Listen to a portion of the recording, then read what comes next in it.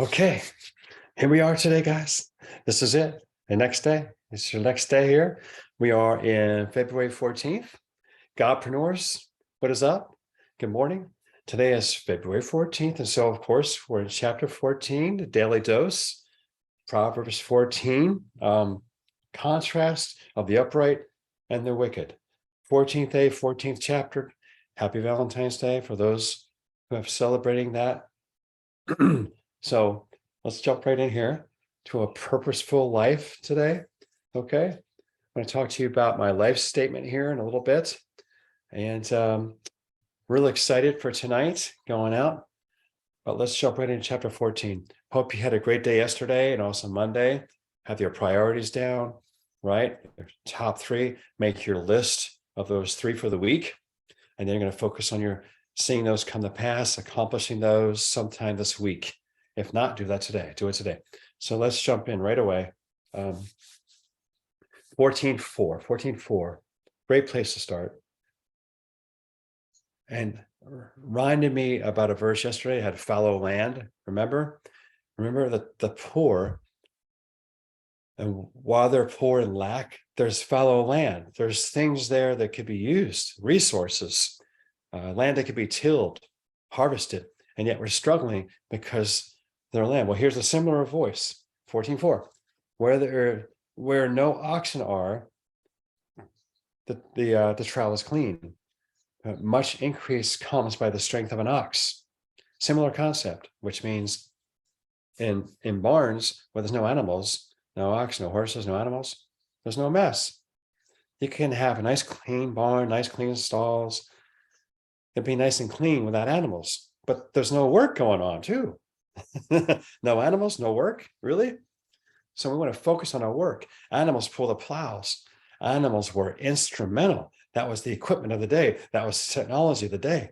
So there's the word saying, look, if you want to be nice and clean, no problem, but you're not going to get much done. We won't get much done. Okay. So in work, sometimes there is a mess. You have to be careful. You have to clean it up, right? But we want to be careful though something here a lot of believers say is they have a spirit of excellence. Oh, I have a spirit of excellence. Oh, I have a spirit of excellence, Jeff. I want to do things in excellence. And I get that. I appreciate that. And nothing wrong with that until the spirit of excellence now becomes an excuse for why not ever launch something? Why not ever do something? Oh, I'm continually keep working on something way longer than it should be to get something done. So what it's saying is, look, if you can be part of something, you can do something, like do the best you can, use the wisdom, of course. But yet, like when you start getting out there and helping and serving, actually making real impact, there's going to be messes sometimes. This is humanity. Like, I mean, look at the disciples. There's messes all the time, right? Look at the early churches, messes all the time. But the goal is not to avoid the mess. The goal is not to avoid the mess. The goal is to feel the call of God in your life. Make the mess into your message, all right? Actually do the things, serve the people, help the people. The goal is the goal. And sometimes we have to be willing to allow a certain amount of mess that is required. Not a mess that is bigger than it should be because you lacked wisdom, no.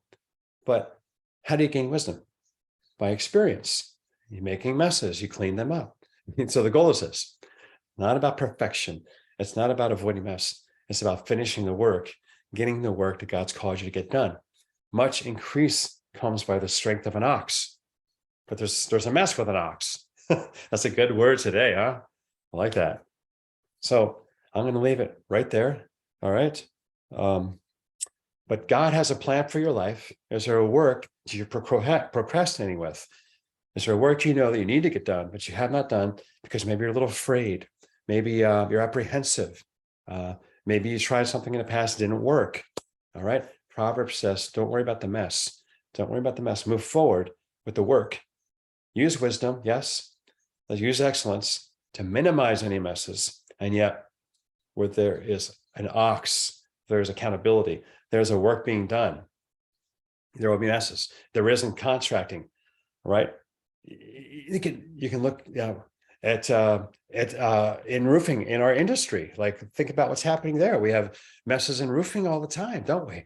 We have to clean that up. We have to get the nails off the ground. Sometimes we have to do 4 and 5 nail sweeps to clean up the mess. And sometimes when we think the mess is finished, the customer calls back and says, I still got a mess out here, right? And so we have to go out there and be prudent. We have to go out there and act in serving and get the job done. So it's not, like I said, perfect, but it's close to perfection. We want to be striving forward. All right. So just keep that in mind as we prepare for today.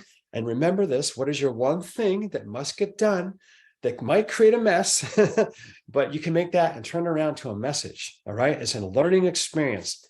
We have a lot of things that go wrong sometimes in our business, but we have enough people to take that mess and carry it forth, clean it up, and so it won't be a problem again. And then you put a process and a plan in place, so you hack that mess and make it a message for your purpose. And that can set your company apart by being unique, by being different.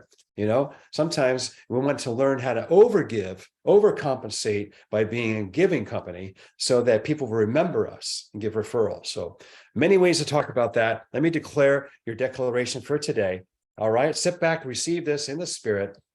I declare that God has great plans for your life. He is directing your steps. And even though you may not always understand how, the situation is not a surprise to God. He will work out every detail to your advantage today.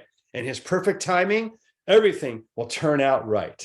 This is my declaration, so let it be. Awesome. Amen. All right. I love you guys. It's great having you here. Remember, tomorrow, day 15.